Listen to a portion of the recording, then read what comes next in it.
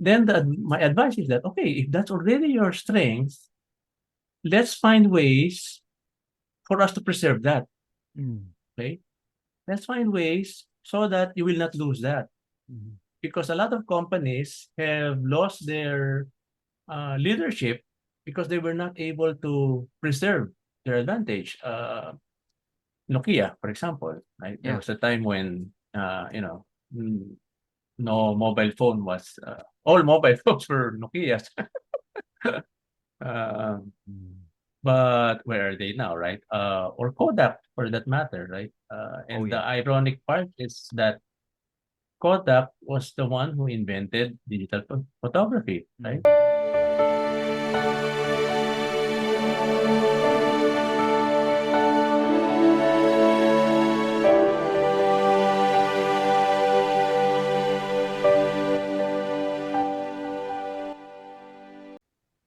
Good day. Welcome to the Leader's Edge. And today is season 11, episode 7. Wow. You know, it's been a while. We have covered so many things, so many topics. And yet today, with our unique guest, Ernesto Boogie C. Boydon, Boogie to his friends, we'll be talking about thriving in a digital economy, an introduction to the Davidic Growth Paradigm. I'm really eager to hear about this because we all need to thrive in these perilous times, in this VUCA world. So let me invite our guest to say more about himself. Boogie, welcome to the virtual stage. Hi, good day, Dino, and thank you for having me here. I'm really glad to be in this program, and it's a great pleasure to have been invited. Yeah, you are a known author, a public speaker, a computer scientist, an educator, and a techno entrepreneur. But I suspect there's more to you than meets the eye. I mean, could you tell us some more? I mean, um, how did you become what you are now? Well, okay. Maybe I'll do it in the context of the Davidic Growth Paradigm in terms of where it came from and what motivated me to do it. I have more than 35 years of experience in the IT industry. I started way back when computers were just the personal computers, and then when IBM introduced the PC. I went through all of those, but I've seen through the years that difficulty. Okay. I was part of a systems integration company. We were doing big projects for big companies like SM and AstraZeneca and even Ayala. In fact, at one point, I was even the head of one of the technology companies of the Ayala Group. And all those years, what I've seen is that the difficulty of harnessing the power of technology to create lasting and sustainable improvements in a company. That has always been very difficult. We've always encountered, going through long IT projects and then, failing at the end, right? Or maybe not really delivering what we wanted to do. And Mm. so, uh, I start, I- especially during the pandemic, Mm. when we were exposed and thrust into this need to look at technology as really something that could help us do our work. And I was wondering how would people cope, because the problem has always been there. It's still the same problem. With There's the term digital transformation. It's part of the description of the Davidic growth paradigm, because it's a digital transformation framework. But digital transformation is really not really new to us. Mm. It's been going on for quite some time, right? We've been trying to grasp how to harness the power of technology to create lasting improvements. But the ability to do that has always been the holy grail of digital transformation. Mm. And we have not really achieved that. Okay? In fact, when I read coming from some of the big consulting firms like McKinsey, Deloitte, Mm. Boston Group, and they were saying that surveys or research says that 70%, could you imagine, 70% of digital transformations fail. When I read that, I said, oh, that's a lot of money that Yeah. went down the drain, right? Of course, it up to this point, maybe it was just the big companies who could afford it because they had the money, right? Mm. But now we're in a stage where digital transformation needs to reach even the smaller companies, even the Mm. small and medium enterprises. And I was thinking, how do we do that, right? If 70% of these transformations fail, how do these people cope with that? They do not have that money to burn. So Mm. that was my main motivation in getting into this research. I see. So as you correctly pointed out, the bigger companies have deeper pockets, and so they're more able to absorb failures or mistakes. In fact, I remember you did mention Ayala. I remember one of the mindsets in Ayala was it's okay to fail as long as you learn from it. In other words, they never sought to punish people for trying new things. Even BPI, we're the innovators, not the imitators. Yun yung Yeah. mga ganun, no? So, they can afford to do that, but small and medium scale organizations cannot.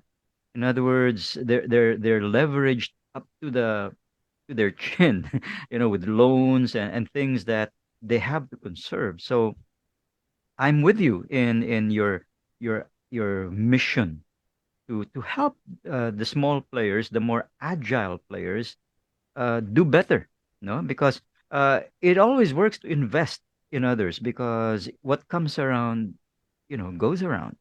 So um, there are, as I recall, when I was reviewing your topic before we started the show, six aspects to the Davidic growth paradigm, and so I'd like to begin with the first one because to me it's crucial. I mean, even when I do team building, I always mention that command is the first thing that we need to give importance to. So when we talk about governance excellence, what exactly do we mean, Boogie? Okay. Okay. Let me put it in in this perspective. Maybe I'll just go through the whole thing already, because I think it's important for people to understand where the Davidic growth paradigm is leading to. The Okay. Davidic growth paradigm starts by looking at six growth areas. That's where I start. I tell companies, okay, if you're going to do this, Mm. let's look at six of your growth areas. And what are those? It's governance, it's your processes. Let's look at how you're doing things in the company. It's your resources, it's your innovation, technology, and then the most important for me is the culture. And I'm telling them that one of the things that you need to develop in your company is what I call a growth culture. You need to develop in your people that desire to always be seeking for improving themselves. Okay, Mm. because without that, uh, even the five other growth areas, you will have difficulty really instilling a successful digital transformation. So it starts with that. Now, the one that you're saying, governance excellence, okay, it's spelled with an acronym, right? It's Yeah. growth also, okay? Mm. Because from the growth areas, we would want to transform them into the growth targets. Like Mm. we would want governance to become governance excellence. We would want our processes to become replicable strategies. They are quality processes. They are Mm. repeatable. They are measurable. We would want our resources to be optimized. Okay. And we want our innovation, the way that we are introducing new ways of doing things in the company, to be not just new ways of Mm. doing things, but they should be meaningful and significant to the company. And so Mm. they should be winning innovations. Because if we are able to harness or find a technology that can make us do those innovations more efficiently, more effectively, then they Mm. become our technological advantages. And that's the Mm. T in the growth.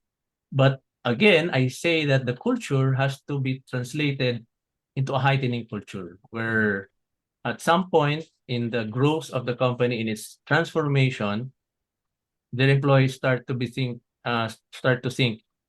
how can I do this better? How can I is there some technology that I can use that can help me be more efficient in what I do? And it becomes a mindset, a heightening mindset. And that's exactly what it is. Now, going back to your question, governance excellence is really about developing a certain sense of state in the company where you can harness technology to help the leadership in performing their job and in leading the company, in setting the vision, in creating a path for the business. Mm. Uh, and in the context of digital transformation, what we are saying is that not all companies have, great visionary leaders. You don't always have an Elon Musk or a Yep, Steve Jobs, right? I hear you.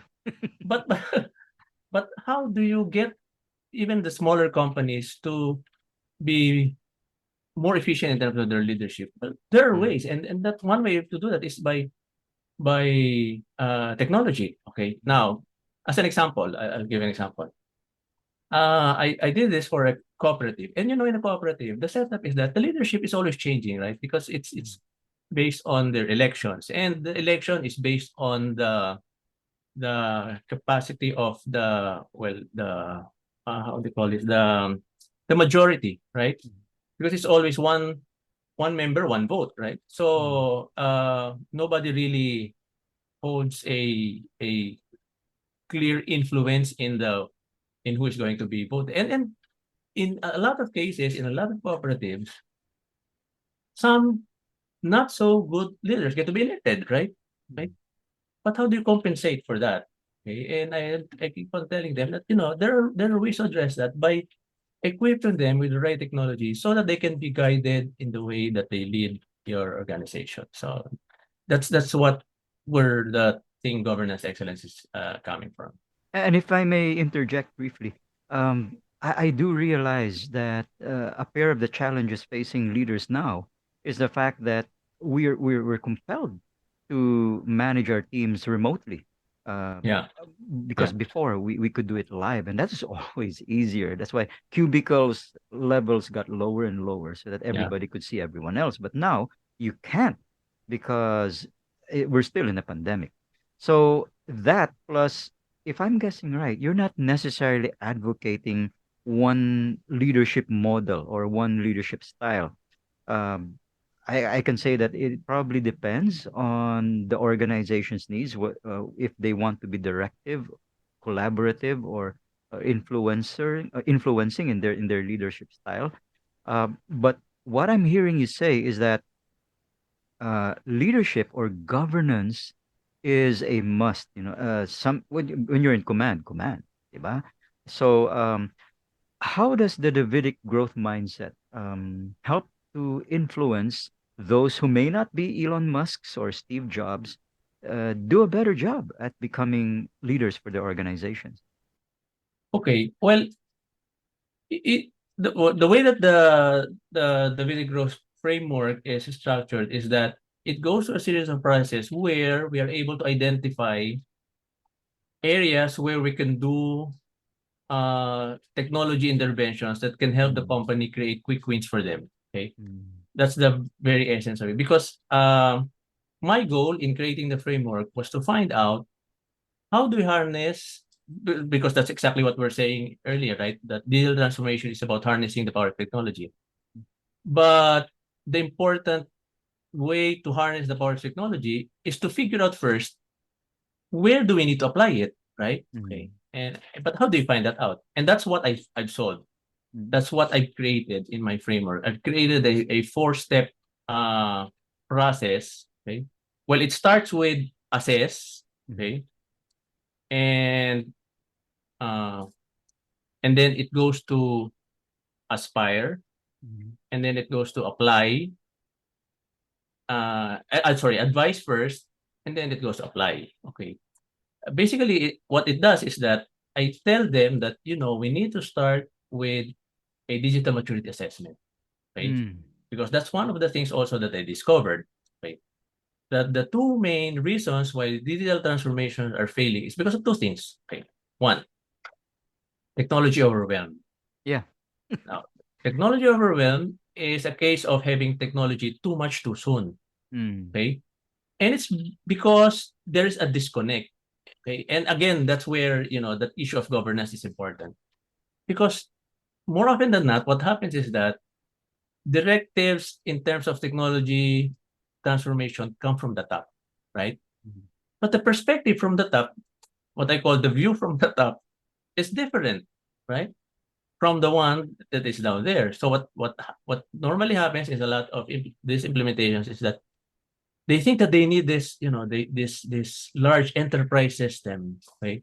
And so they spend millions getting this system in place in the organization. Mm. But when they're rolling it out, they start encountering problems with their own people, and they're wondering, why are our people not using the system? Why are they not, doing the things that we're and it's because it's a case of being overwhelmed, okay? Mm.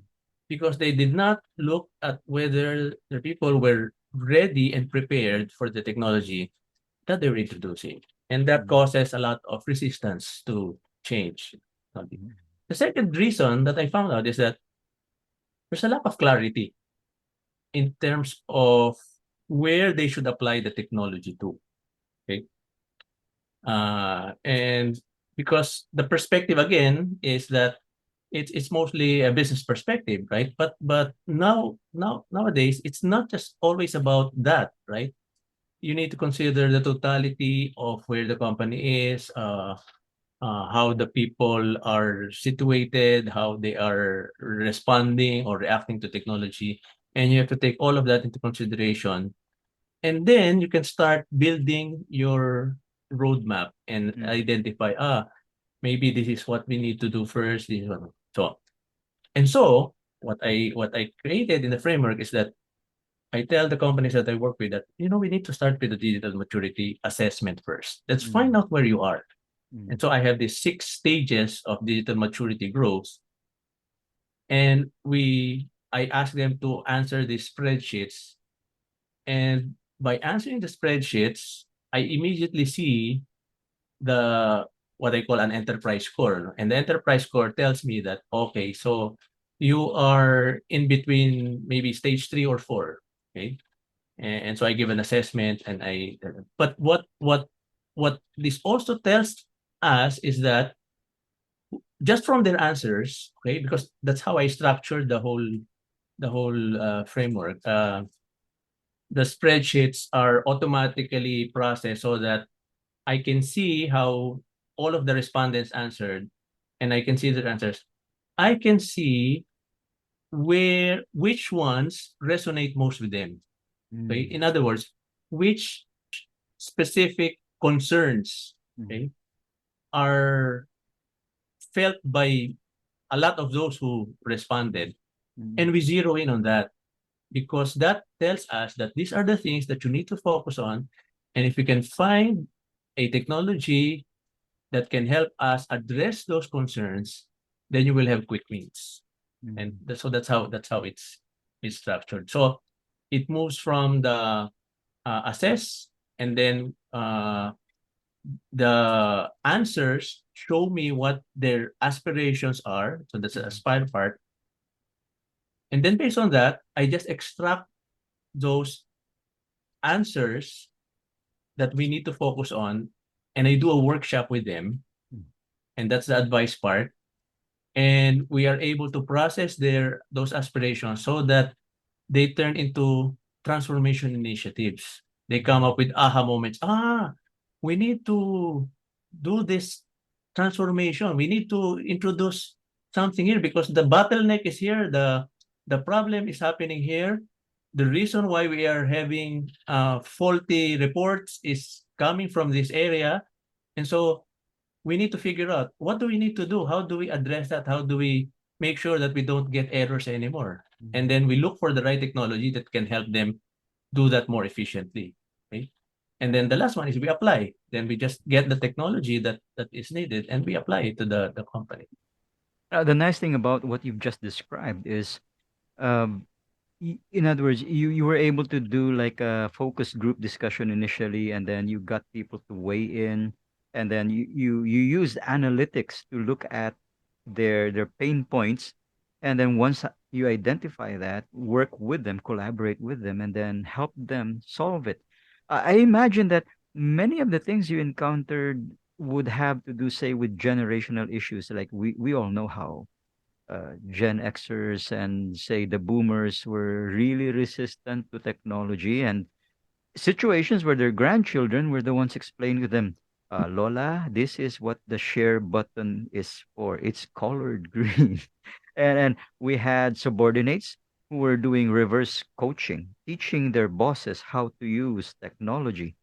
So I imagine that as you were going through this with your clients, and you can validate it, of course, no, if it's true or not, that there was really a lot of resistance, mainly from the more senior people, those who were so used to live things. Well, okay. On the contrary, it wasn't much like that. In fact, I didn't see that generational thing Wow. because even with the younger people who were Mm-mm. so used to using technology, when it comes to things that involves their work, they still had difficulty. Okay, Mm-mm. now, uh, and in fact, they were asking me, Sir Boogie, why is it that some of our employees have difficulty embracing technology? And I studied that problem, and I again realized that it's more of a confidence to competence issue. In Mm. other words, the reason why some of these people are having difficulty or are seemingly do not want to embrace technology is not because they do not want, but because they're afraid. They're not Mm. confident. Okay. They're, maybe they're hesitant and they're thinking, well, I this new system is being introduced to me. I might break it, right? Things like that. Those are going through their head. Mm. And what I propose to some of the clients that I work with is that, and especially with the HR people, is that let's create a confidence to competence training Mm. program where again we start also with an assessment. Yeah. The assessment somehow will point to us at what stage the employee is in terms of his use of technology. Mm. Mm. Because you might be surprised, some of them would be, very comfortable with social media, with TikTok and everything, but they're not as comfortable with other things, right? So we need to figure out where their level of confidence is, right? Mm. And so I defined certain levels of uh, technology readiness, right? It Mm. starts with apprehensive, and then experimenting, and then confident, and then uh, innovating, okay, and then confident, and then proficient. Okay, six Mm. stages. And then Mm. I tell them, okay, if we find out where your employees are in, then let's create modules or training programs that will address them at their level of readiness and preparedness for technology. Well, I really appreciate that. And thank you for pointing out that in many cases, it's not a generational issue. It's really more of a mindset issue. And quite possibly, as you mentioned earlier, with the six parts of the Davidic paradigm, is the what you call cultural mindset. The mindset that a particular culture imposes or creates in people, because one of the cultures that I notice prevalent in many of the companies, especially the smaller or medium sized one, is the fear of getting blamed. you know Yeah, when exactly, exactly. when you do something wrong, um, so it kills curiosity, it Yeah, kills initiative, which is so yeah, critical yeah. to And that's pushing. non-generational, by the way. Yeah. Totoo, totoo. So afraid of being the guy. Yeah. Yeah. everybody Yeah. points to. Yeah. Yeah. Yeah. Yeah. And so because of that situation, I see the value in your including strategies into the picture because you're also talking about replicable strategies. So I take it you look for best practices, what worked for Yes. some Yes. Yeah. organization may work Yeah. for this one. Yeah. So Yeah.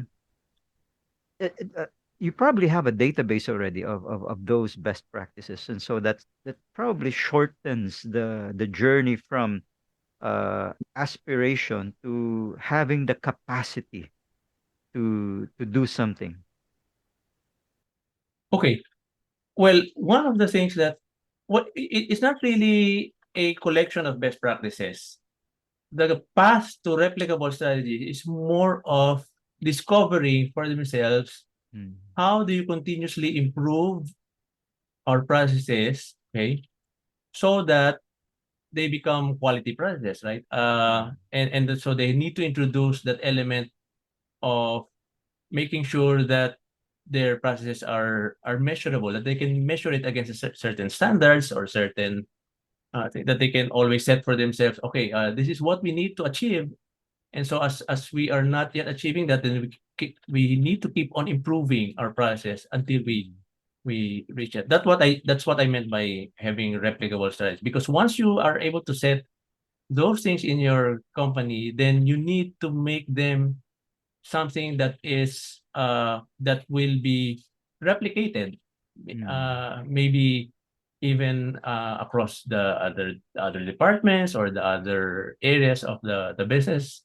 So things of do ways of doing things, okay, that may have been done in one area but have been proven to be very efficient and have created very effective results. Then they need to find out how do we replicate that in other Mm. areas of the companies. So it's really more of that. Mm. One of the things that I find most challenging, and I'd like your take on this, when it comes to encouraging people to adopt strategies such as the continuous process improvement, is that some organizations, when they're really really small or medium scale, are often family run businesses, and so they're not quite there yet in terms of being a professional corporation, and so how do you get the moms and the pops and the the grandparents to cooperate to buy into your suggestions? Okay. I guess it's important to first find someone that can champion the idea. Okay. That's I think is important, and it has Yeah. to be someone who appreciates the value of technology. Okay, Mm. because otherwise, if it will not be driven, and it has to be still driven from the top. Okay, Yeah. so you Yeah. need to look at a C-level executive or maybe even the president himself or Mm. herself, okay, to be driving the change. Now, if it's a family business and it's still being run by, let's say, um, the the old guys, okay, for lack of a term, then you need to find someone in maybe in the children, okay, Mm. who can support the because if you are able to convince just one and he or she has enough clout to drive the transformation, then that's enough. That's enough. Mm. In other words, there is value in identifying an influence center within the group Yeah, because yeah, I can imagine your job is made much easier when it's not just you being like the prophet in the wilderness, trying to persuade decision yeah, yeah, makers. yeah, Yeah. yeah. But in my experience, it has always been like that. I Mm. have not been able to work with the company until I found someone who can champion it from the inside. True, true. Now, when we talk about resources, because you also stress the need to optimize them, because indeed, not everybody has deep pockets, but then resources come in many, many forms. What have you noticed as a resource that a lot of organizations, especially small and medium sized ones, tend to overlook in terms of, oh, we didn't realize we had this as resource, and we overlooked it and we never leveraged it to take us further. What is the most commonly overlooked resource, based on your experience? Okay, well, I've not really encountered something quite quite significant or something that stands out. Among the six Mm, uh, areas, uh, I haven't really encountered one in the resources thing. But let me uh, think about it. I think a lot of times what they optimize is mostly the financial resource of the company. mm, yeah. They have not been able to uh, optimize their investments. They have not Mm, been able to create significant returns on their investment, and especially in technology. Okay, mm, and that's where they need to. They have a lot of investments in let's say software, for example. Uh, like they bought subscriptions to a certain uh but they have not been able to optimize the use of it with their employees. So when I ask them, well, what's your ROI on your investment? They are not able. They have difficulty expressing that. Okay, mm. and I think that's one of the things that I've encountered most. But besides that, I can't really think of something right now. Okay. Oftentimes, I notice that one of the things that among my clients anyway that they often overlook is the hidden skill sets or the abilities that they didn't know their own people had. You know, Yeah, yeah, yeah, because isn't it that sometimes when we interview people for job postings, there's a certain um, mindset that we adopt when we look for them because we look for competencies, we look yeah, yeah. for skill sets, Skills. Yeah, and yet because of, for example, the need to hire so many people, we just breeze through their CVs and miss out on some of those things that are mentioned there that we never knew they had. yeah, yeah, yeah, And yeah, so we overlook those, and yeah, later on we realize, uy, tech savvy pala tong mga to. These people yeah, are yeah, like geniuses, and we yeah, never realized that because we were thinking they'll be good in sales, they'll be yeah, good in finance, and overlook the ability for yeah, technology yeah, right yeah, there. yeah. That's a good insight. Yeah. Mm. So I was wondering, when it comes to innovations, um, because I'm with you there, we can't thrive in a red ocean. We can only thrive in a blue ocean. So when you push for innovation, when you help people develop winning innovations, what have you found really helps? Oh, well, okay. Well, first of all, maybe I need to get back to a certain perspective. Okay. When I ask them to look at those growth areas, I explain to them that, the first three are introspective. It looks inside the company. It looks at your the governance processes and then your resources. The next two are more forward-looking or outside-looking because it's about innovations. They also need to look at what maybe is happening in their industry, Mm, what are the developments, what are the trends, okay? mm, And then the technology that are fueling most of mm, those innovations, okay? mm, And then the last one, of course, is the culture. So when we start talking about the innovations, it's really more about looking at themselves from the point of view of where they are in their industry, right? mm, And what are the uh, but not to restrict them, right? Not to restrict them, but really more to help them figure out what areas do we need to maybe find new ways of doing things. Now, okay, I normally introduce that concept of innovation when we start that brainstorming thing, when we start looking at the those areas that we need to focus on, okay, and then it I align that to the overall paradigm, okay, because the Davidic growth paradigm is really simple. It's just a mindset of preempting advantages from becoming liabilities, Mm. and then the other part is that reframing um, disadvantages to become opportunities. Okay, Mm. it's like telling them, okay, do you have an advantage? Okay, so based on your answers, we are saying that, oh, we are already able to do this. This is already an advantage of the company. This is already our strength. This is already an advantage. Okay. Then my advice is that, okay, if that's already your strength, let's find ways for us to preserve that. Mm. Okay, let's find ways so that you will not lose that. Mm. Because a lot of companies have lost their leadership because they were not able to preserve their advantage. Nokia, for example, right? There Yeah. was a time when no mobile phone was all mobile phones were Nokia's. uh, Mm. but where are they now, right? Or Kodak, for that matter, right? Oh And the yeah. ironic part is that Kodak was the one who invented digital photography, right? Mm. And yet they weren't able to capitalize on it. So it's those things, and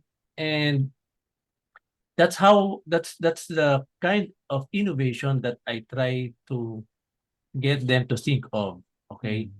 what in what ways will you be able to preserve your advantage? Mm. Okay, and that's how I encourage them to think innovatively, think Mm. of ways to do that, to prevent it from eroding. And the other is that, okay, do you have a weakness right now? Is it a disadvantage? If you think it's a disadvantage, then let's apply a growth mindset and think that maybe if we dig deeper, then we can find an opportunity in it and turn it around so that from a weakness, it now becomes an opportunity.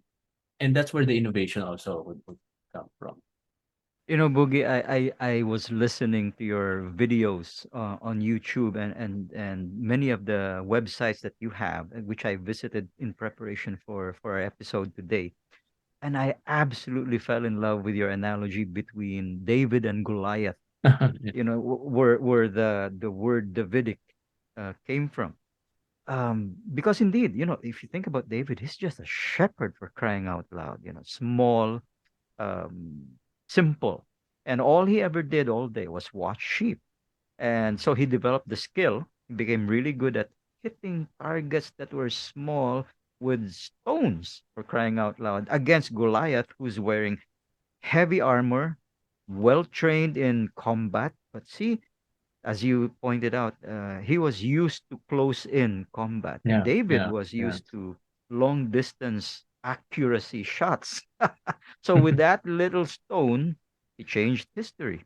Yeah, And yeah, so, what I got from that, and it was beautiful the way it was mentioned in your video, is that even if you're small, if you're really good at something, you can leverage that to make a difference in your industry, yeah, and then you yeah. can grow exponentially. So I look at the final aspect of the Davidic paradigm, and that talks about heightening culture. Are there aspects of our culture as Filipinos that help us succeed with the Davidic mindset or the Davidic paradigm? Okay.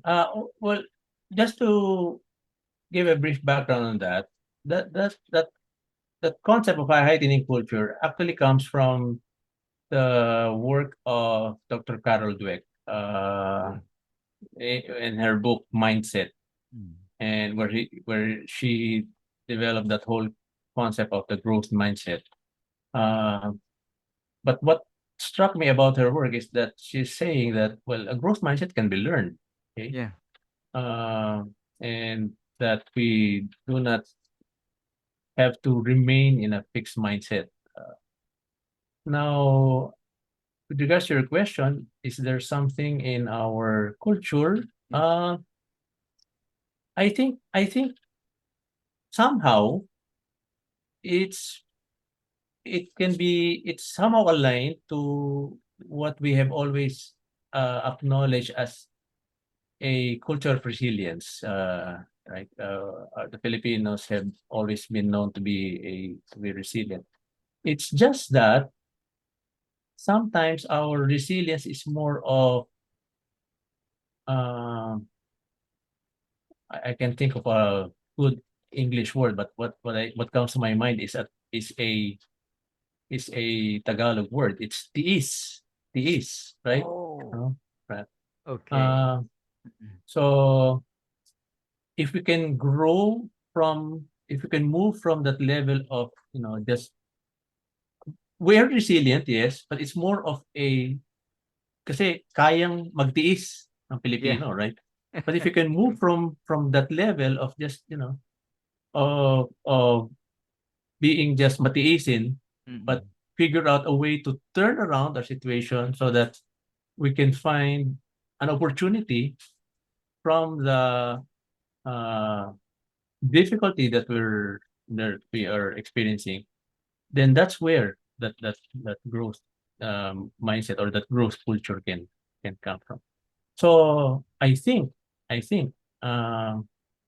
given some motivation, training, or inspiration, the Filipino culture is at a good position to develop that kind of a heightening culture. Mm. You know, I'm with you in that because if you think about Japan, for example, then one word kicks in, and that's kaizen. They're Mhm. known Yeah, for that. yeah, If yeah. you think about Africa, or in particular Kenya or Nigeria, then you hear the word Ubuntu, which really Ubuntu. means Yeah, I am because you are. So yeah. this very strong sense of community. The Philippines is described by one word, and that is malasakit. So I suppose that is one way of turning this tendency to Mhm. be matiisin into something, or for our English speaking viewers, tiis means to suffer in Yeah. silence. To turn that into malasakit, which in English again means concern for others. So in other words, Compassion. compassion. So we move from just suffering into being concerned for the suffering of others so that we can move from inertia into action. So I like that. Clearly, um, we just need to leverage the right values, and that's a big part of culture heightening. Um, I'd like to thank you so much, Boogie, for these six wonderful factors that revolve around the Davidic paradigm. So, could you tell our viewers, are there any upcoming events or webinars that maybe you're sharing that where we can learn more about this and together help the nation grow its small and medium scale companies? Oh, well, I have no upcoming webinars, but maybe they can check out the website of the Davidic Growth Paradigm itself. It's at davidicgrowth.com. That's the main website of the framework of the paradigm. And I'm also very much active on LinkedIn, and they can maybe read up on some of the things that I write there. I run a newsletter there. It's called Thinking Big, and the big is actually an acronym. It means beyond incremental growth, because I believe that one key to growth is really to think that harnessing the power of technology does not just improve a business, but gives it the potential to grow exponentially, Mm, to accelerate, or at least achieve accelerated growth. So not just incremental growth, but accelerated growth. I see. So, on behalf of our viewers, I'd love to say thank you so much, Boogie, for spending so much time with us today and explaining. the power and the potential to help our nation move away from being in crisis mode into thriving mode. So let me just say that, ladies and gentlemen, if you click on the link that I will be posting right up here somewhere, you would I would share with you, everybody, the interview I also did with Eric Riego de Jos, who expounded at length on the growth mindset, Growth which mindset. Yeah. Yeah. supports what Boogie is saying here today. And as ever, I'd like to remind everyone that in season 11, episode 8, we're going to have Brian Schmidt come and talk to us about conquering change, which is a wonderful adjunct to Boogie's topic today. Because if anything, the inevitables in life, death and taxes, diba? And add to that change. So please don't miss that particular episode on conquering change. And if you like the content of what we discussed here today, then a click on the like, share, and subscribe would be superb. So, as ever, ladies and gentlemen, remember that learning is a never ending journey with limitless vistas. Good day.